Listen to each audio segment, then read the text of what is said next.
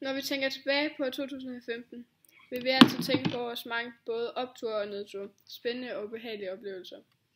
Vi har blandt andet været vidne til århundredets største flygtningekrise, som Danmark har været en stor del af. Vi står midt i en situation med en masse ubesvarede spørgsmål omkring det. Der er jo ingen perfekt løsning, og der er ingen løsning, som kommer til at være nem, og i hvert fald heller ikke til at tilfredsstille os alle sammen. Hvad skal vi gøre? Hvordan løser vi det?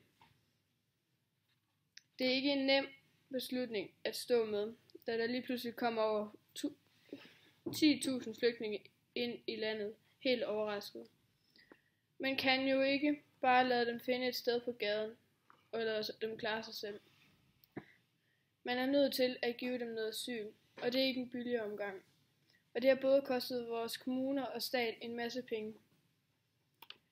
Det er klar over, at mange danskere er uenige om, at vi burde gøre.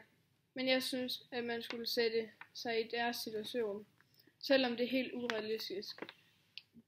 Så hvad så, hvis det var os?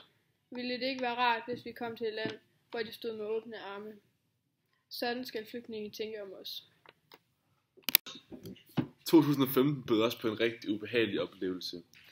Den 14. til 15. februar brød en mand ind på Krudttønden, et kulturhus på Østerbro.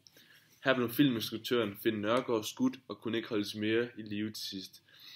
Den 15. februar blev den 37-årige vagt Dan Uzan dræbt ved en synagoge i København, imens han stod som vagt, og på Svanevej døde senere hen den formodede gerningsmand. Det er en helt forfærdelig oplevelse, som har ramt hårdt på Danmark. Det er nu gået op for os, at terroren har ramt Danmark og os. Den havde jo helst været foruden.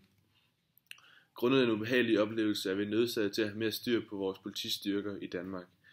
Selvom det gjorde en rigtig flot indsats på Krudttønden og ved synagogen, så er det lidt et wake-up call. Vi er nødt til at vågne op og forstærke vores sikkerhedsstyrker. Det kan blandt andet være ved nye våben, mere træning eller højere krav til at kunne komme ind på politiskolen. Mulighederne er åbne, og dem vil vi arbejde stærkt på at forbedre.